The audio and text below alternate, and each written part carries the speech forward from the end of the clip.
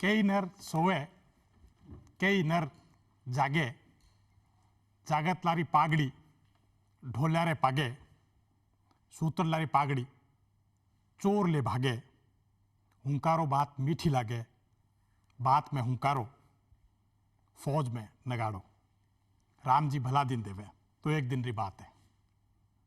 आप सोच रहे होंगे कि मैं क्या कह रहा हूं आप लोगों से, लेकिन मुझे लगता है कि आप सबको याद भी है बात।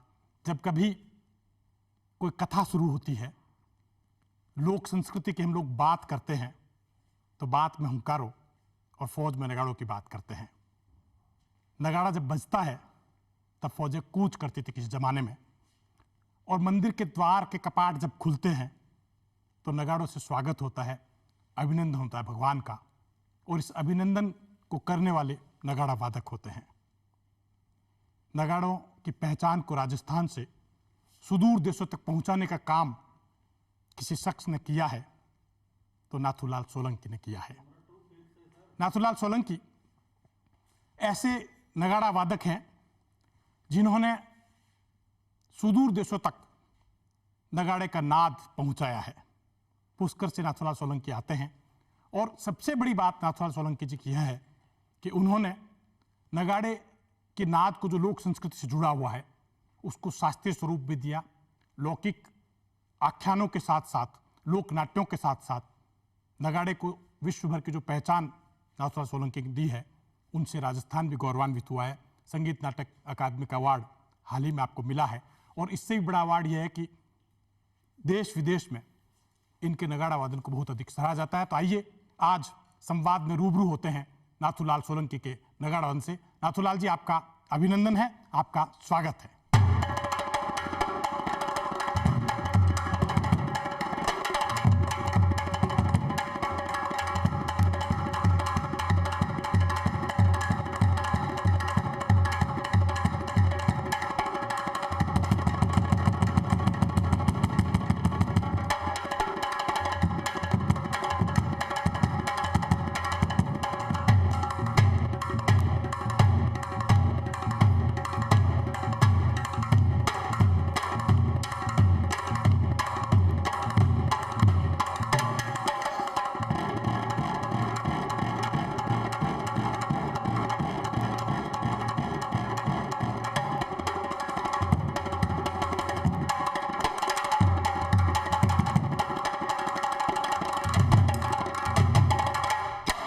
कितना मधुर नाद आप लोगों ने सुना होगा। यूँ लग रहा था कि जैसे हम नगाड़े को सुने और सुनते ही रहे, और ऐसा ही होता है जब कुछ माधुर्य कान में पड़ता है तो लगता है कि उस लोक कलाकार को दाद देते ही रहे।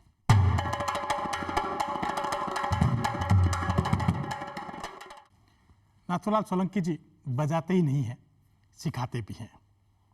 आप लोगों को जानकर अचरज भी होगा कि इनके जो विद्यार्थी हैं नगाड़ा सीखने के, वह विद्यार्थी केवल भारत में ही नहीं है, सुदूर देशों में भी विद्यार्थी है।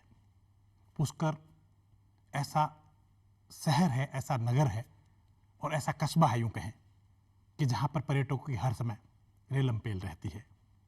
ये वही पुष्कर है जहां पर ब्रह्मा ने कभी गायत्री मंत्र का नाद किया था, जहां कभी सरस्वती नदी बहा करती थी। पुष्कर के पवित्र घाट आज भी नगाड़े की नाद से गूंजते हैं, और नाथूलाल सोलंकी जब तब आपको वहां दिखाई देंगे नगाड़ा बजाते हुए। और सुदूर देशों से जो पर्यटक आते हैं, इनके नगाड़ा से प्रभावित होकर नगाड़ा सीखने की इच्छा व्यक्त करते हैं, और उस इच्छा को पूर्ति सोलंकी जी पूरी तरह से करते भी हैं। इसीलिए इनके विद्यार्थी देश भर में नहीं, विदेशों भर में इनके विद्यार्थी हैं। बहुत सारे देशों में आपने प्रस्तुतियाँ अपनी दी है, लेकिन प्रस्तुति देने के साथ साथ एक बड़ी बात नाथूलाल जी की यह भी है कि वो सहज रूप में सबको बगैर कोई शुल्क लिए नगाड़ा सिखाते हैं। और सिखाने के साथ साथ बड़ी बात यह भी है कि नगाड़े का जो शास्त्रीय स्वरूप है वो भी उन्होंने स्थापित किया है। बहुत सारी बातें नाथूलाल सोलंकी जी के बारे में है। उनकी यात्रा जो है वादन की, नगाड़ा वादन की, इतनी लंबी यात्रा है कि उस पर जाएंगे तो शायद समय बहुत कम पड़ेगा। वर्ल्ड ड्रम म्यूजिक फेस्टिवल जो हुआ है, उसमें भारत के वो एकमात्र कलाकार जिन्होंने प्रस्तुति दी, उनकी जो यात्रा रही है नगाड़ा वादन की, आइए उससे रूबरू होते हैं।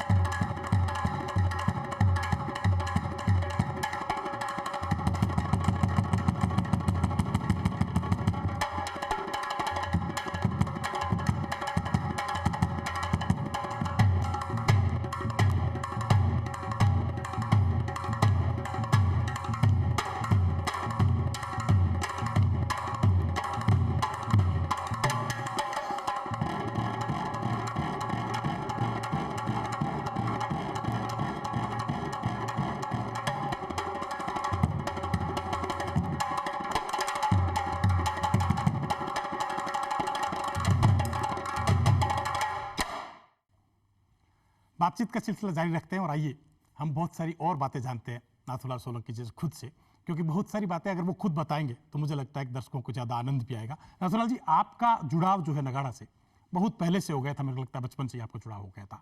और मैं ये मानता हूँ कि पुष्कर में जो नगाड़ा घराना की जो परंपरा रही है, मैं नगाड़ा घराना की बात इसलिए कह रहा हूँ कि पुष्कर एकमात्र ऐसा स्थान है जहाँ पर नगाड़ा घराना की परंपरा रही है और उसी परंपरा से नाथूलाल जी आते हैं। नाथूलाल जी, थोड़ा अतीत में जाते हैं, ये बताइए कि कैसे नगाड़े से आपकी शुरुआत हुई, कैसे आपने नगाड़ा बजाना सीखा और ये कब तय आपने किया कि नगाड़ा वादन जो है उसी में आप अपना कैरियर बनाएंगे?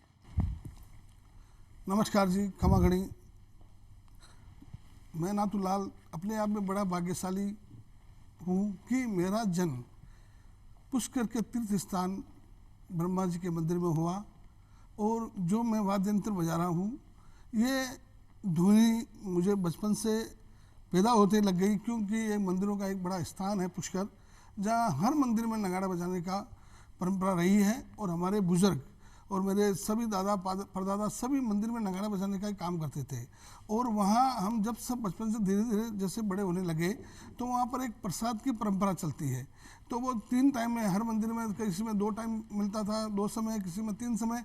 तो उस प्रसाद खाने के बहाने हम मंदिर में जाते और नगाड़ा बजाने की आवाज़ को सुनते और धीरे धीरे बजाने का काम भी करते। और जो कहीं कहीं मंदिर में हमारे बुजुर्ग लोग होते थे तो वो कहते थे, यार बजाएगा? मैं कहता हाँ बजाऊंगा। तो वो कहते जा ऊपर नगाड़ खाना मंदिर के ऊपर बना होता था। कुछ सीढ़ियाँ चढ़ने में कभी कभी बुजुर्ग लोग असलाक करते तो वो हमें बच्चों को भेजते, जाओ बजाओ, उसको माना ऐसे ऐसे बजाना। तो हम जाते और उस प्रसाद के बहाने हमने नगाड़ा शुरू किया।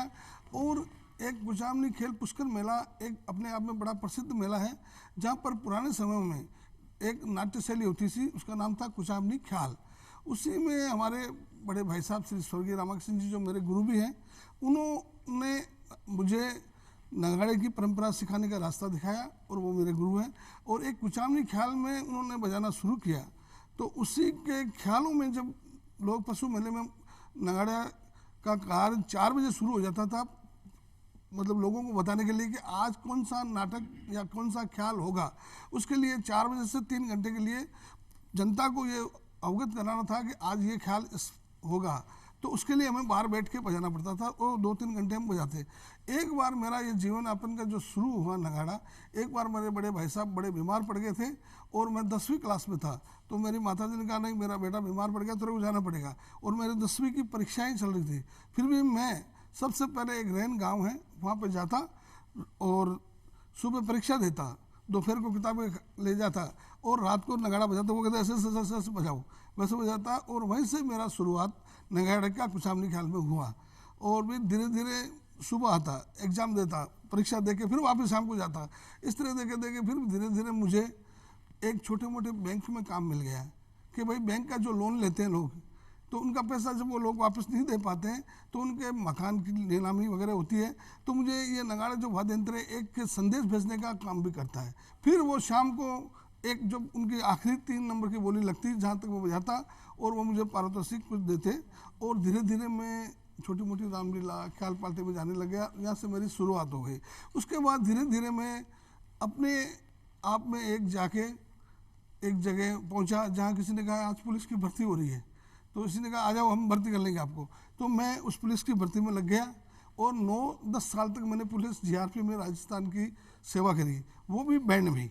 मुझे ये पूरा वाद्य यंत्र बैंड का ही मिला और उसी के द्वारा मैंने कई उनके साथ कंपटीशन में भाग लिया और मैं विजेता रहा। तो उन्होंने कहा ये चलने दो इसको।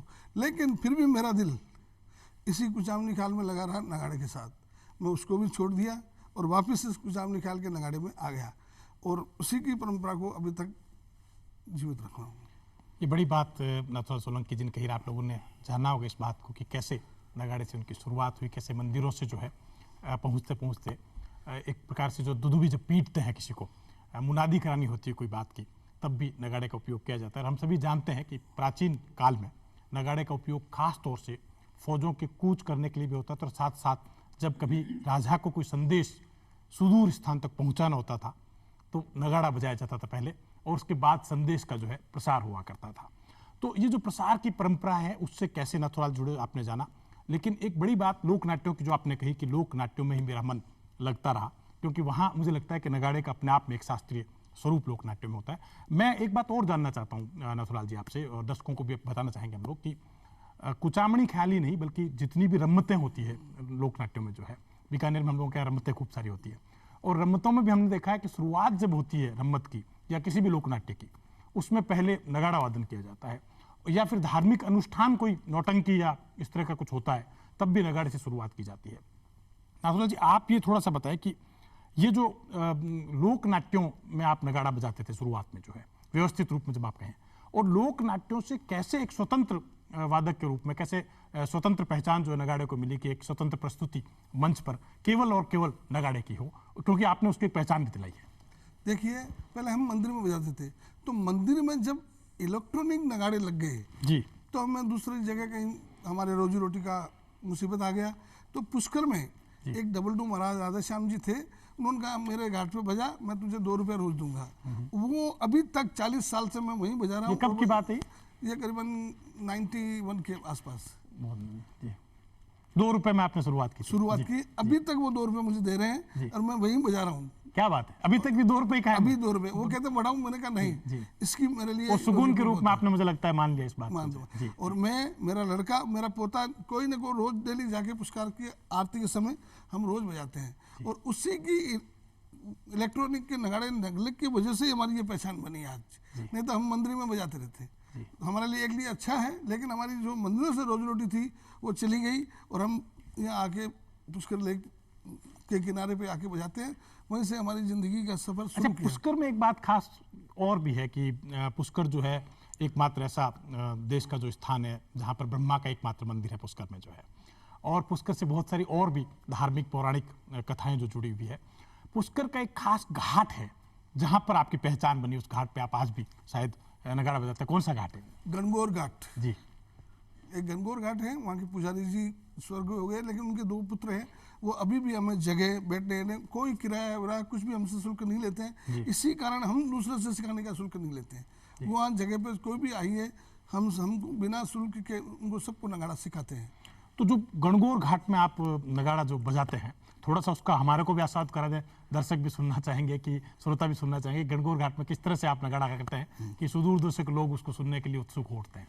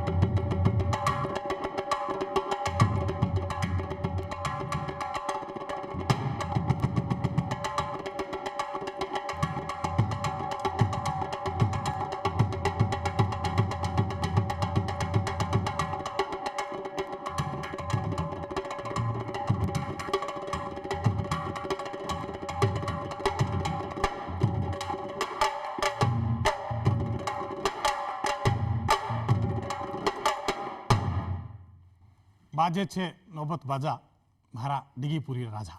आप लोगों ने सुनी होगी ये बात कि नौबत जो बजता है, 9 तरह के जो वाद्य यंत्र होते हैं वो मंदिरों में बजते रहे हैं, और उन 9 तरह के जो वाद्य की बात वैदिक काल से चली आ रही है और बाद में लोक में भी जो चली आ रही है, उसमें नगाड़ा प्रमुख रहा है। और मंदिरों में तो खास तौर से नगाड़े बजाने की परंपरा जो है आज भी कायम है। ये बात अलग है कि आज नगाड़ा जो लोग बजाया करते तो उसकी जगह मशीन ने स्थान ले लिया, और नाथूलाल जी ने बात कही भी थी कि उससे रोजी रोटी का संकट भी खड़ा हो गया।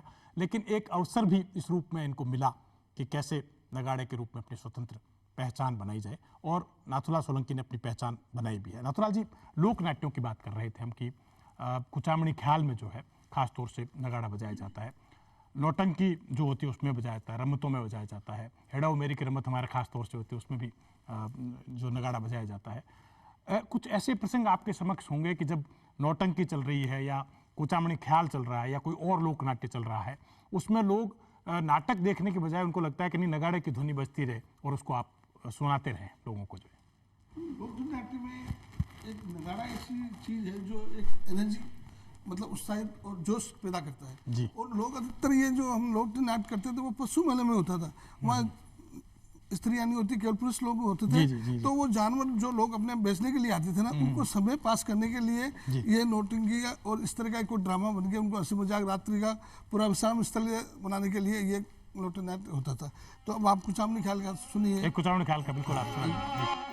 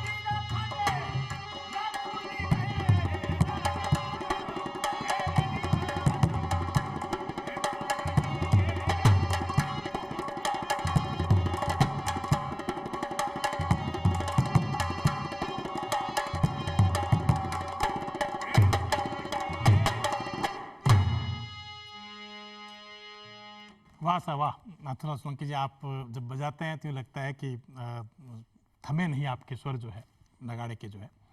और एक कहावत मुझे ख़ास तौर से आज के संदर्भ में याद आ रही है। पहले कहा जाता था बात की नक्कार खाने में तूती की आवाज़ कौन सुने।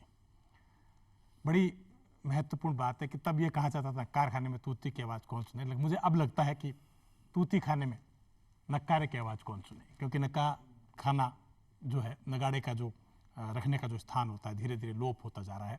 और नगाड़ा भी बहुत से स्तरों पर, जब लोक संस्कृति भी धीरे धीरे हमसे दूर होती जा रही है तो नगाड़ा भी धीरे धीरे दूर होता जा रहा है। ऐसे दौर में नगाड़े को जो है बहुत से और देशों में पहुंचाने के साथ साथ इसकी एक स्वतंत्र पहचान कायम करने का काम किसी ने किया तो नाथूराम सोलंकी जी ने किया है। नाथूराम जी, आपका अनुभव बहुत विशद रहा है।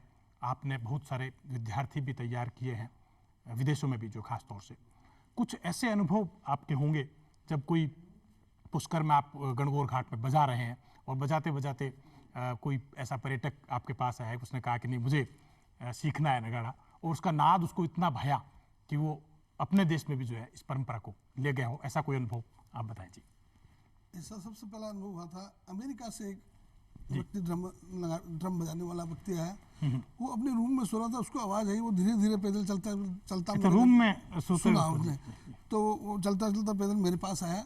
उसने कहा ये क्या साज है? मैंने कहा इसका नाम नगाड़ा है। तो उसने कहा मैं ड्रम बजाता हूँ। तो उसने अपनी स्टाइल से मेरे साथ धीरे धीरे बजाया।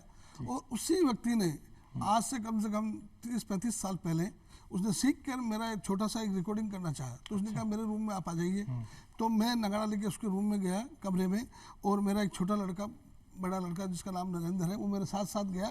तो मैंने नगाड़ा बजाया, उसने थाली बजाई साथ साथ। क्या बात। और वो रिकॉर्ड करके ले गया। और उस जमाने में मुझे $3000 दिए, आज के 35 साल पहले, रिकॉर्डिंग करके। और उसने जगह जगह से रिकॉर्डिंग करके एक सीडी बनाई। उसका नाम उसने रखा मास्टर ऑफ प्रकशन।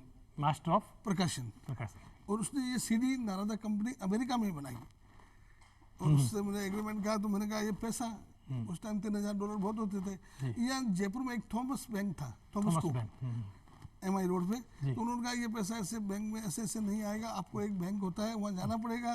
तो मेरे साथ 2 आदमी आए कि भाई इतना पैसा मिलेगा, कैसे, हाँ कहाँ से आया, क्या हुआ? तो मैंने कहा सीडी बनाई, इसका आया, एग्रीमेंट हुआ, साइन। उस टाइम फैक्स चलते थे। तो उससे लिखा पढ़ी पूरा हुआ हमारा। और वो पहला सीडी उस बंदे ने मेरा बनाया। उसके बाद तो हमारे पुष्कर में एक रवि पंडित है, उन्होंने हमारा मास्टर वो राजस्थान सीडी बनाया है। और मेरे भाई साहब, मेरे गुरु का कोई सीडी नहीं बना। तो उन्होंने कहा मैं पुष्कर का हूँ, आपका एक सीडी बनाता हूँ। तो उन्होंने, रवि शर्मा ने, रूट ऑफ पुष्कर उनका नाम है, और मेरा नाम उन्होंने दिया मास्टर ऑफ राजस्थान। अब देखिए, रूट ऑफ पुष्कर जो है एक एल्बम आपका बना, और मुझे ये लगता है कि पुष्कर के मार्ग की तलाश नगाड़े के जरिए करनी हो तो नाथूलाल सोलंकी जी के पास आपको जाना पड़ेगा। और नाथूलाल सोलंकी का नगाड़ा कुछ ऐसा ही है कि जो सुनते हैं तो जब अंतराल भी होता है ताल के साथ में, उस अंतराल को भी बहुत अरसे तक हम गुन रहे होते हैं।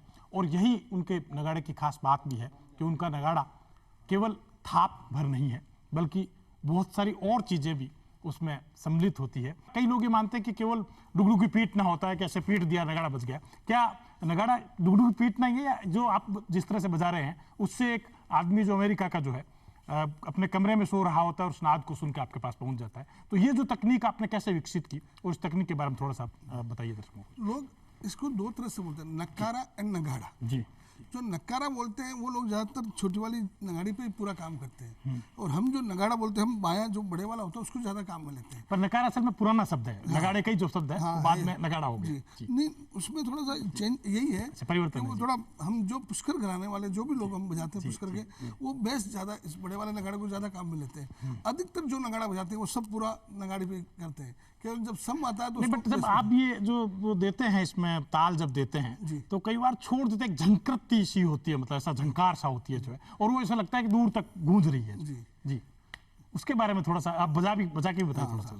जिस तरह अभी आपने सुना है कि भाई ये 8 मात्रा है, ये 10 मात्रा, 16 मात्रा, ये सब कहरवा जो है, कई बार आपका कहरवा भी सुना 8 मात्रा का जो, ये सब तालें जैसे तबला बजता है उसी तरह ही बजते हैं। जैसे अब ये तबला का बोल है उसी तरह बजा रहा हूँ।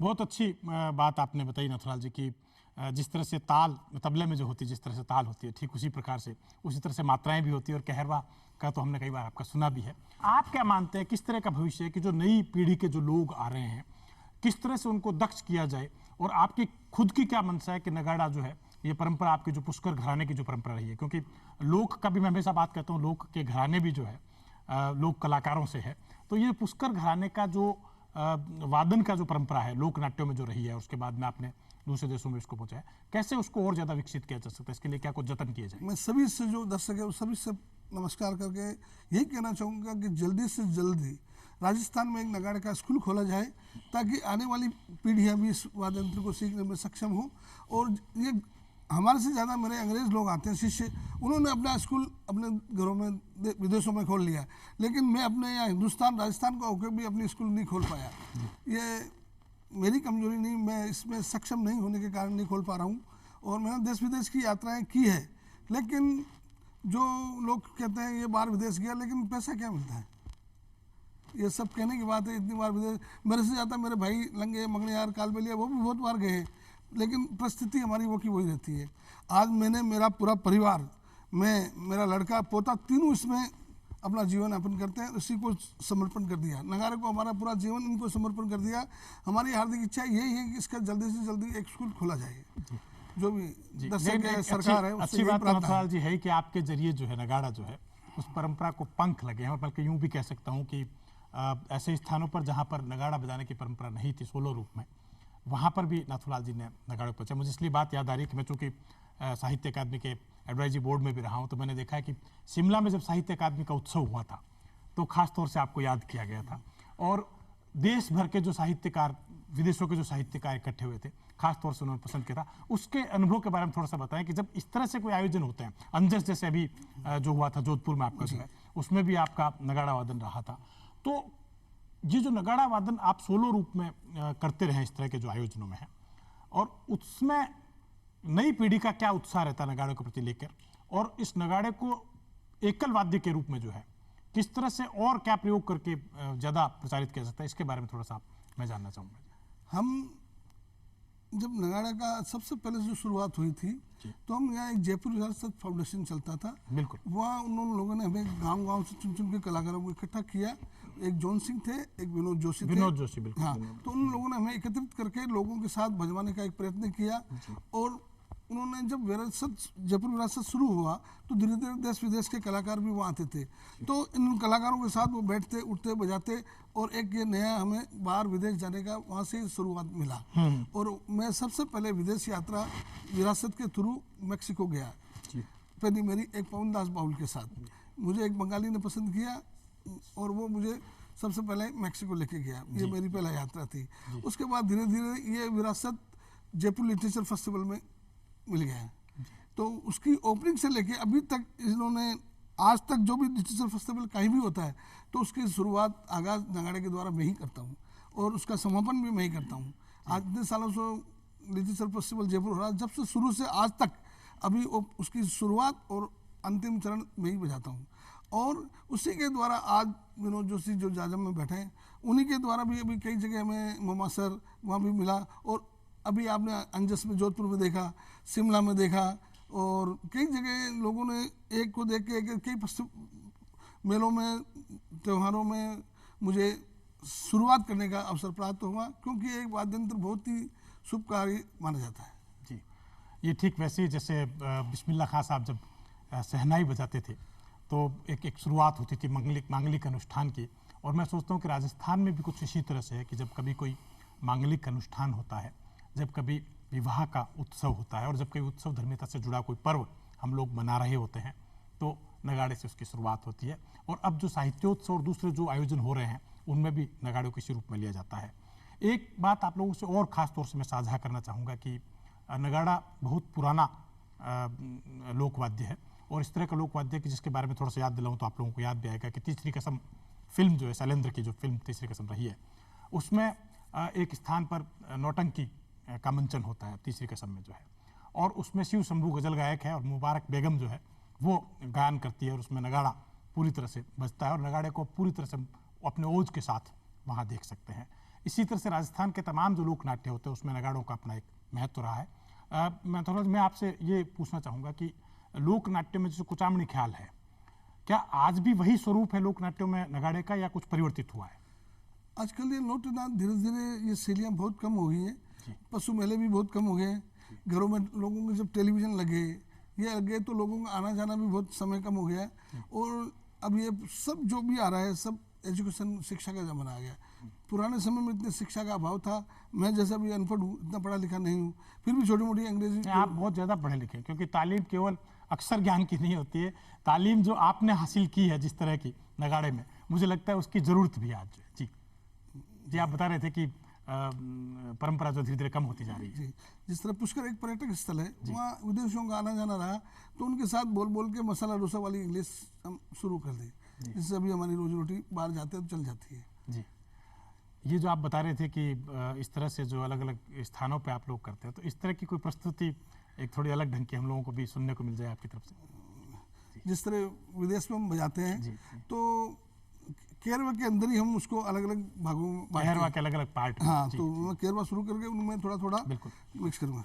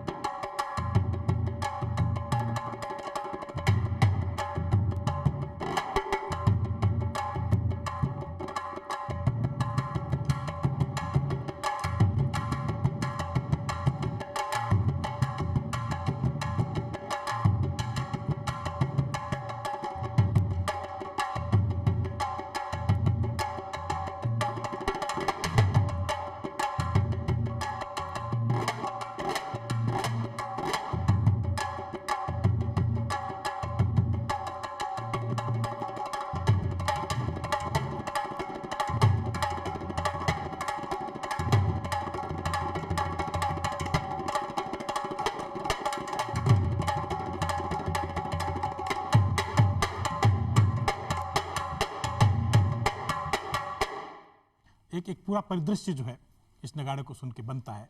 और कई बार तो यूँ भी लगता है कि एक पूरा नाट्य का जो पार्श्व जो है हम लोगों के समझ उद्घाटित इस नगाड़े के जरिए हो चुका है। और नगाड़ा वाद्य इसी रूप में महत्वपूर्ण है कि इसके पार्श्व को भी सुनने की बहुत से स्तरों पर हम लोगों को ज़रूरत है।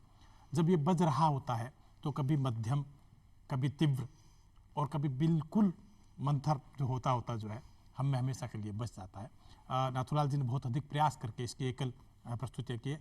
मैं जब ये बात आप लोगों से कह रहा हूँ तो अचानक मुझे जहन में ये भी कौंध रहा है कि नाथूलाल जी ने Spain, Netherlands, Switzerland, Germany, France तमाम देशों में अपनी प्रस्तुतियाँ निरंतर दी है। उनकी प्रस्तुतियों को निरंतर वहाँ पर सराहा भी जाता रहा है। एक खास प्रस्तुति जो है नाथूलाल जी की उल्लेखनीय, जिसको कहा जाए कि ब्रिटेन की महारानी एलिजाबेथ जो है उन्होंने आपको बुलाया था, उनके महल में जो है आपके नगाड़े की प्रस्तुति हुई थी, उसके बारे में थोड़ा सा आप बताएं। एक पेनासोलो स्टूडियो दिल्ली में है, उन्होंने कुछ कलाकारों को इकट्ठा करके उनका 90 कुछ ऐसा जन्मदिन था, उस पर हमने राजस्थान के कलाकारों को बुला के किया।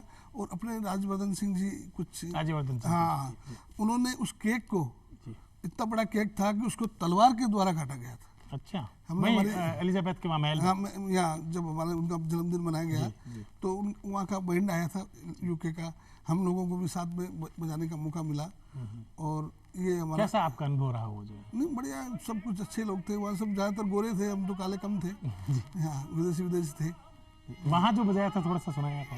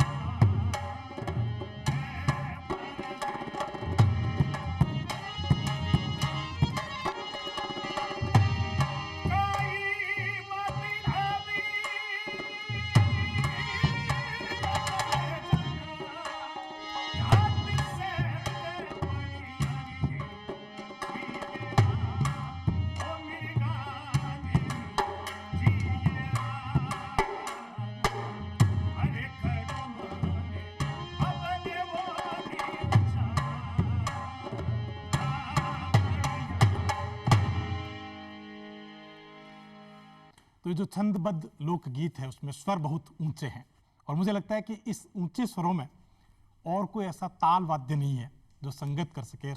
एकमात्र नगाड़ा ही है जो इसमें पूरी तरह से संगत कर सकता है।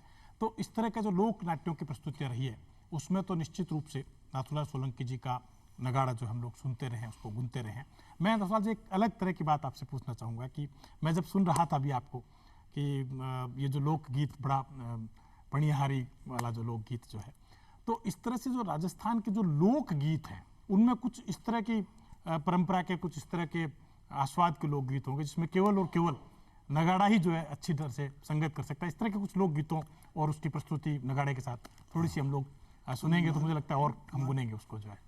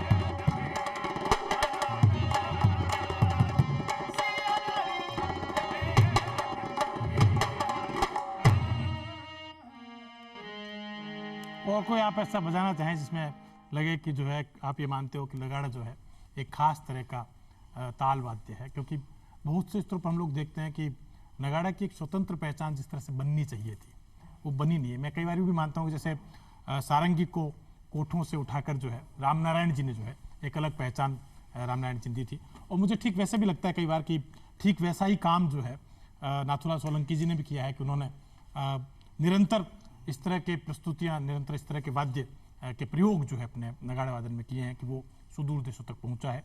नाथूलाल जी ये बात बताइए, आपकी इतनी प्रस्तुतियाँ आप विदेशों में देते रहे हैं, अलग अलग देशों में देते रहे हैं, भारत के अलग अलग कोनों में आप देते रहे हैं, कोई ऐसा अनुभव आपका रहा जिसमें लोगों ने कहा कि नहीं अब तो केवल हम नगाड़ा ही सुनेंगे और कोई वाद्य यंत्र नहीं सुनेंगे? जिस तरह हमारे भाई साहब थे रामाकृष्ण जी, वो जब अमेरिका में मास्टर ऑफ प्रकाशन जाकिर जी का चल रहा था, उस समय एक एक वाद्य यंत्र एक एक पे लाइट होकर बजाया जाता आंसर क्वेश्चन के साथ। तो लोगों ने वहाँ पे नगाड़ा पहली बार सुना था उनका वाद्य यंत्र के साथ मास्टर प्रकाशन। तो वो 2 बार बजाने के बाद तीसरी बार उनका, दूसरी बार में इतनी तालियां बजी कि तीसरी बार बजाने का उनका मौका आया जब तक वो साज के साथ ऊपर चले गए। बिल्कुल ठीक है। ऑन द स्टेज पे मेरे बड़े भाई जाकिर साहब के साथ बजा रहे थे, एक बार बजाया, दूसरी बार में उनके लिए बहुत तालियां हुई, तो तीसरी बार में उनके बजाने के साथ वो तो खुशी में ऑलरेडी ऊपर चले गए। ओह, वही ऑन द स्टेज। उनको बोला लाइट हुआ बजाओ, चले गए साज के साथ न्यूयॉर्क में जाकिर भाई के साथ में। ये कब की बात है? ये करीबन 14-15 साल पुरानी बात है। जाकिर हुसैन जी के साथ तबला बजाते हुए, ये मतलब तबला वो बजा रहे थे, नगाड़ा बजा रहे थे, भवानी सिंह जी पखावज पर, मतलब ये 10-15 आदमियों का मास्टर प्रकाशन टूर था अमेरिका और कनाडा का। तो न्यूयॉर्क में, अमेरिका में टाउन हॉल में ये प्रोग्राम चल रहा था, तो उन्होंने दूसरी बार बजा दिया। दूसरी बार में लोगों को पसंद आया, तालियां बजी उनके लिए, तो तीसरी बार में वो खुद वहाँ पे। ये मुझे लगता है कि एक समर्पण होता है कलाकार के, कितना एकमेक अपने वाद्य यंत्र से हो जाता है कि उसके साथ साथ वो अपनी अंतिम यात्रा भी जो है एक प्रकार से कर लेता है। एक चीज़ और बताइए नाथूलाल जी कि वर्ल्ड म्यूजिक ड्रम फेस्टिवल जो हुआ था उसमें आप एकमात्र ऐसे कलाकार हैं भारत के जिन्होंने प्रस्तुति दी थी नगाड़ा के रूप में, उसके अनुभव थोड़ा सा बताएं। वो क्या, मैं एक बार कहीं फेस्टिवल में बजा रहा था तो देश देश के जो ड्रमर थे वहाँ आए हुए थे, तो उनको अच्छा लगा। हम प्रोग्राम के बाद जब एक पार्टी होती है कलाकार मिलकर बैठ के बजाते हैं, उन्होंने कहा आप आ सकते हो, मैंने कहा क्यों नहीं। तो उसके द्वारा एक जान पहचान के द्वारा उन्होंने मुझे पसंद करके बुलवाया और वहाँ केवल ड्रमर का ही फेस्टिवल था। देश विदेश से जितने भी लोग अलग अलग अपने साथ के साथ आए थे, मैं केवल नगाड़े वाला एक ही वहाँ। हाँ, क्योंकि आपको वहाँ लगा भी होगा कि बाकी तो अलग तरह के ड्रम थे वहाँ पे, नगाड़े के रूप में एक नगाड़ची के रूप में जो मुझे लगता है कि आपकी प्रस्तुति थी। तो उस अनुभव के बाद में कुछ नया घटित हुआ आपके जीवन में? काफी लोगों से जुड़ना हुआ, काफी लोगों ने मुझे बुलाया, काफी लोगों ने देश विदेश में मेरी जान पहचान हो गई, तो लोगों ने कहा आप आ सकते हो क्या, हमारे साथ बजा सकते हो। कुछ सीढ़ियाँ भी बनाई लोगों ने, वहाँ भी जाके हमने बजवाया।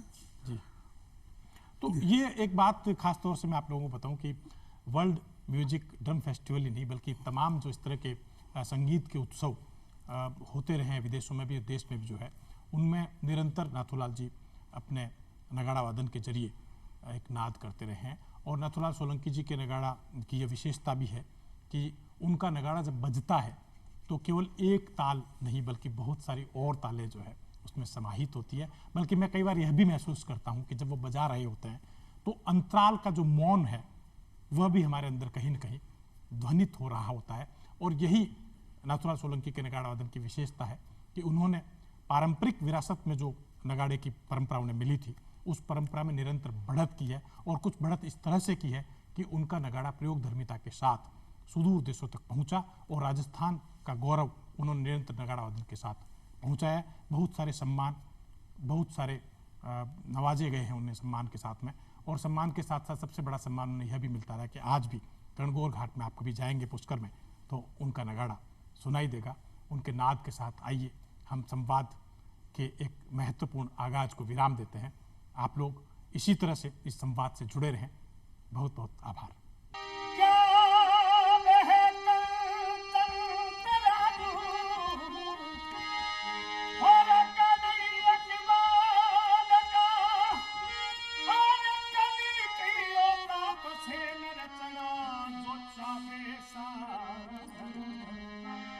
जवरी सरोता मिला जाने